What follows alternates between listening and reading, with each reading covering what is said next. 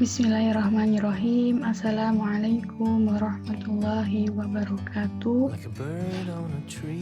Saya Isni Nuri Rimadanianti Rahmah, NIM 19422092. Pada kesempatan kali ini, saya akan menjelaskan tentang metode one way ANOVA untuk memenuhi tugas ujian akhir semester 3 mata kuliah statistik pendidikan.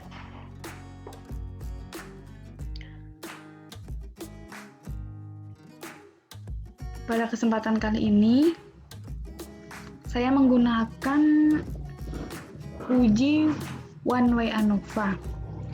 Uji one way ANOVA sendiri berguna untuk menguji perbedaan rata-rata lebih dari 2 kelompok. Pada kesempatan kali ini saya akan membahas atau menguji perbedaan efektivitas metode pembelajaran terhadap prestasi belajar psikologi, eksperimen pada mahasiswa Fakultas Psikologi UIN Suskaryo.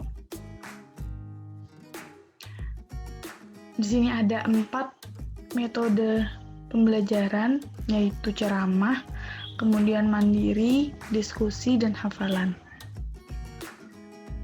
Yang akan dibahas pada one way ANOVA sendiri yaitu pembahasan pertama, berapakah rata-rata efektivitas dari keempat metode pembelajaran tersebut.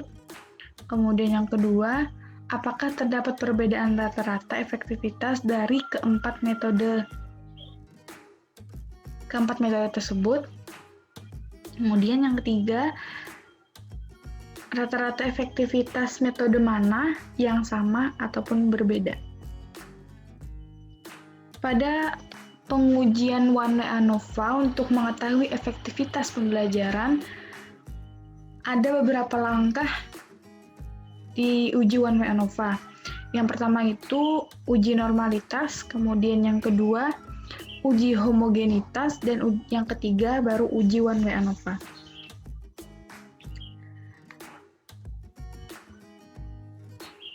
Cara pertama untuk menguji one way ANOVA yaitu uji normalitas. Tapi sebelum kita masuk ke SPSS, saya akan mengelompokkan atau mengkategorikan dari 4 metode tadi dengan menggunakan nomor seperti ini.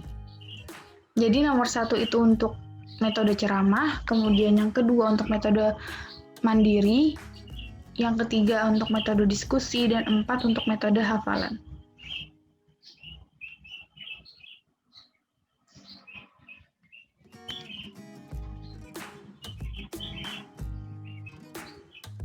Kemudian saya copy paste dari sini semua, saya masukkan ke sini, ke efektivitas dan kemampuan siswa. Udah saya input semua. Kemudian langsung aja kita masuk ke SPSS.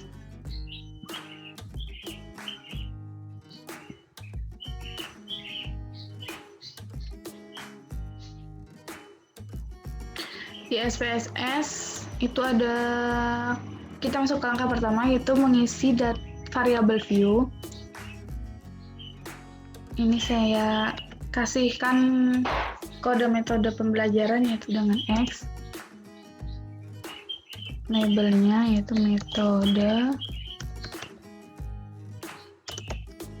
pembelajaran.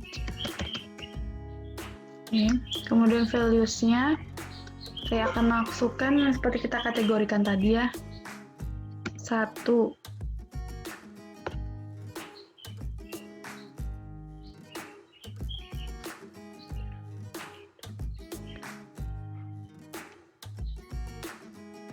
ceramah, kemudian 2 diskusi,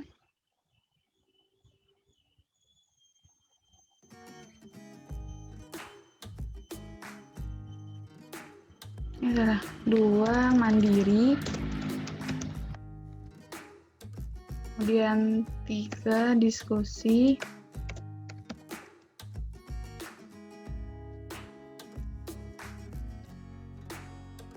4 hafalan.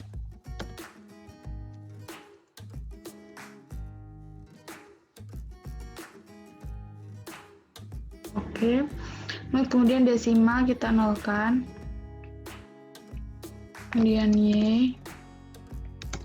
Y-nya kita masukkan efektivitas karena kita ingin mencari efektivitas pembelajaran mahasiswa.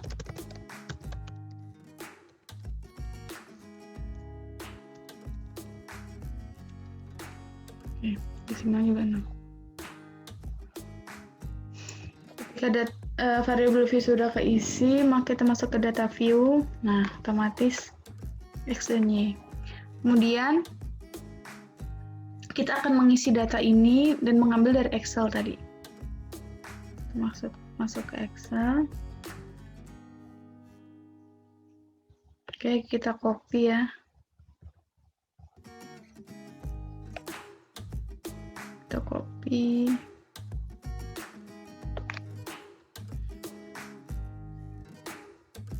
Kemudian kita masuk ke data view. Paste. Oke. Kita lihat dulu. Oke, sudah ke-input semua. Nah, kita masuk pada langkah pertama yaitu uji normalitas. Dasar pengambilan keputusan uji normalitas itu sendiri ada 2. Yang pertama itu jika nilai signifikan itu lebih besar dari 0,05, maka data berdistribusi sama. Normal. Dan jika nilai signifikan lebih kecil dari 0,05, maka data berdistribusi tidak normal. Langsung aja kita masuk ke uji normalitas. Kita pilih analyze, kemudian descriptive statistik, kemudian explore. Nah, kita masukkan metode pembelajaran ke factor list, efektif pembelajaran ke independent list. Kemudian kita pilih plot, kemudian pilih normality plot with test, continue. Oke.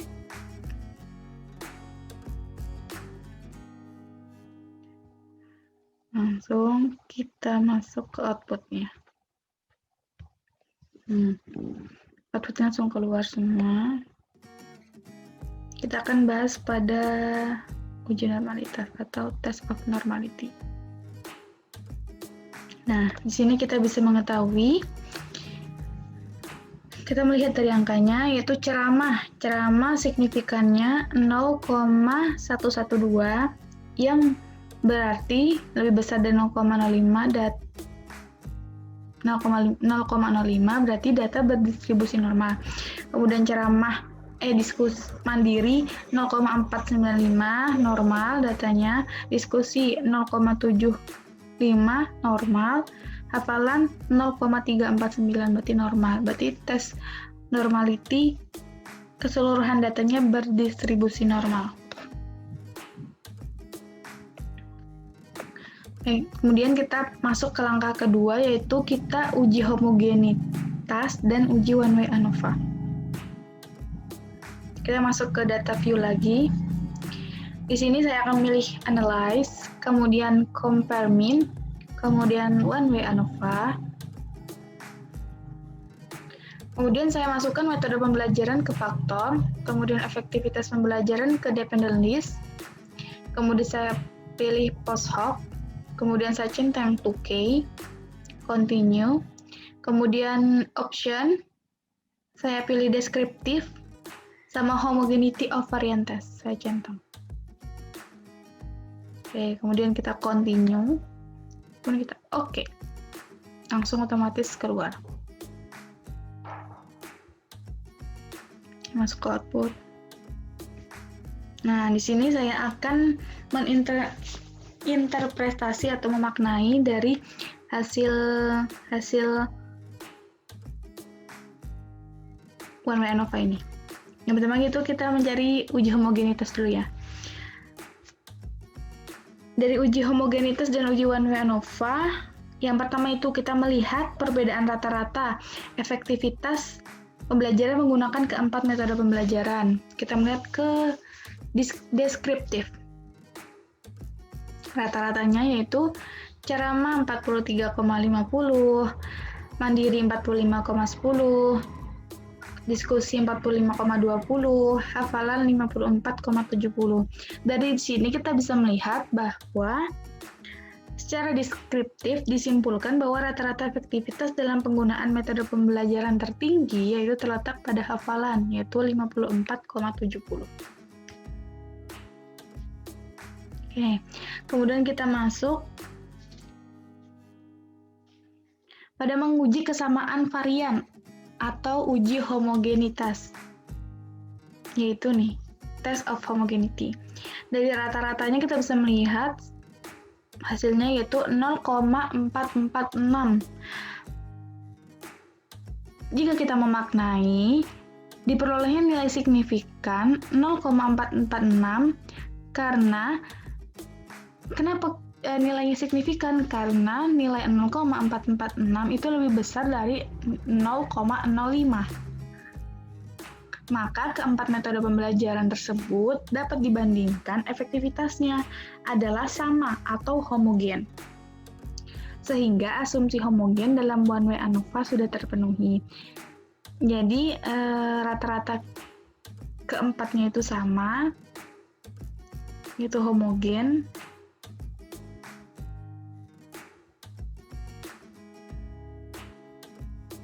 Sehingga asumsi dalam one way ANOVA itu sudah terpenuhi, karena lebih dari 0,05.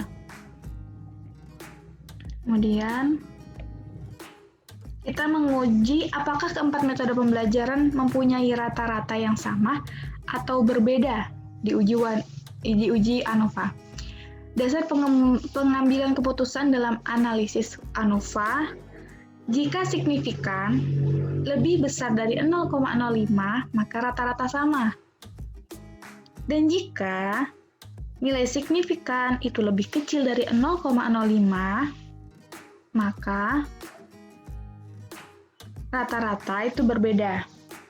Bisa kita lihat di sini bahwa rata-rata signifikannya yaitu 0,038.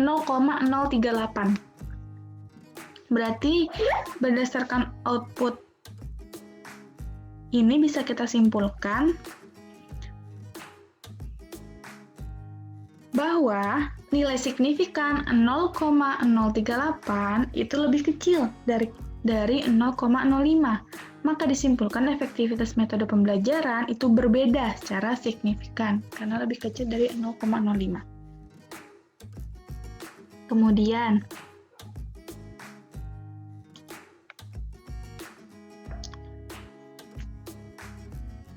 mencari kelompok mana saja yang rata-rata pembelajaran sama dan tidak sama.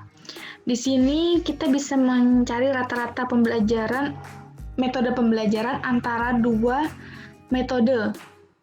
Semisal ceramah dan mandiri, kemudian ceramah dengan diskusi, ceramah dengan hafalan, kemudian mandiri dengan ceramah, mandiri dengan diskusi, mandiri dengan hafalan, dan seterusnya.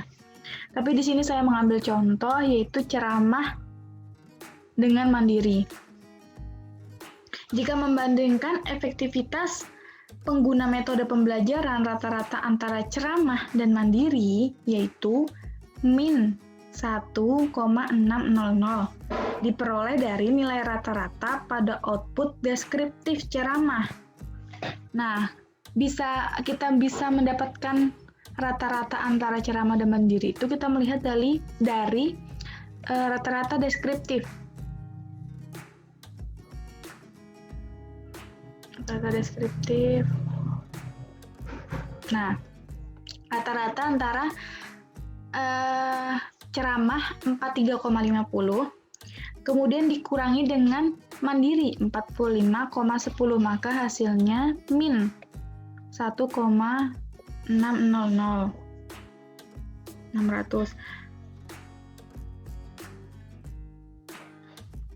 Nah, kemudian perbedaan efektivitas yaitu min 12,62 lower bold, upper boldnya 9,42 dengan standar 95% confident interval, yaitu pada tingkatan 95 itu sudah tingkatan tertinggi, dan berarti nilai signifikannya itu kita bisa peroleh ini 0,979, yaitu lebih besar dari 0,05, berarti rata-rata kesignifikan antara ceramah dan mandiri yaitu sama. Oke. Kemudian kita masuk melihat kesamaan rata-rata siswa dalam empat metode pembelajaran. Melihat rata-rata di tes di homogeneous subset, yaitu subset 2K HSD.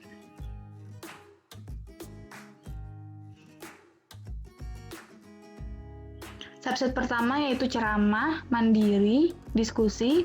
Kemudian subset kedua yaitu mandiri, diskusi, dan hafalan. Jika kita melihat di subset pertama, artinya rata-rata ketiga metode pembelajaran tersebut mempunyai perbedaan yang signifikan. Dengan kata lain, rata-rata ketiga adalah sama dalam efektivitas. Dalam efektivitas ceramah, mandiri, diskusi itu sama. Kemudian ke subset kedua yaitu mandiri, diskusi, hafalan. Dan bisa disimpulkan juga artinya ketiga metode pembelajaran tersebut mempunyai perbedaan yang signifikan. Dengan kata lain, rata-rata ketiganya adalah sama dalam efektivitas. Meskipun perbedaan dalam signifikan, tetapi keefektivitasannya sama. Kemudian kesimpulannya, dalam uji one way ANOVA ini, rata-rata efektivitas penggunaan metode pembelajaran ceramah dan hafalan saja yang berbeda. Karena berbeda ini, sedangkan metode lain efektivitasnya sama. Yang berbeda yang ceramah dan hafalan. Dengan demikian, metode pembelajaran hanya berpengaruh secara signifikan terhadap perbedaan rata-rata efektivitas metode pembelajaran ceramah dan hafalan. Jadi, yang hanya mempengaruhi efektivitas pembelajaran itu hanya pada metode ceramah dan metode hafalan. Selain itu, efektivitasan pembelajaran itu sama. Itu mandiri, diskusi, efektivitas dalam pembelajaran sama, kecuali ceramah dan hafalan. Oke, mungkin cukup sekian penjelasan sedikit tentang analisis efektivitas metode pembelajaran dengan menggunakan uji one way ANOVA.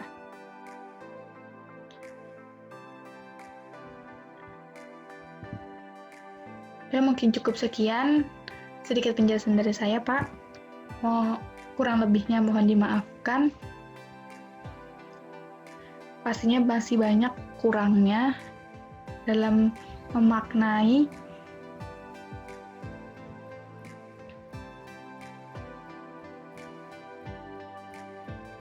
semoga memuaskan menurut Bapak. Amin. Terima kasih, Pak. Syukron. Wassalamualaikum warahmatullahi wabarakatuh.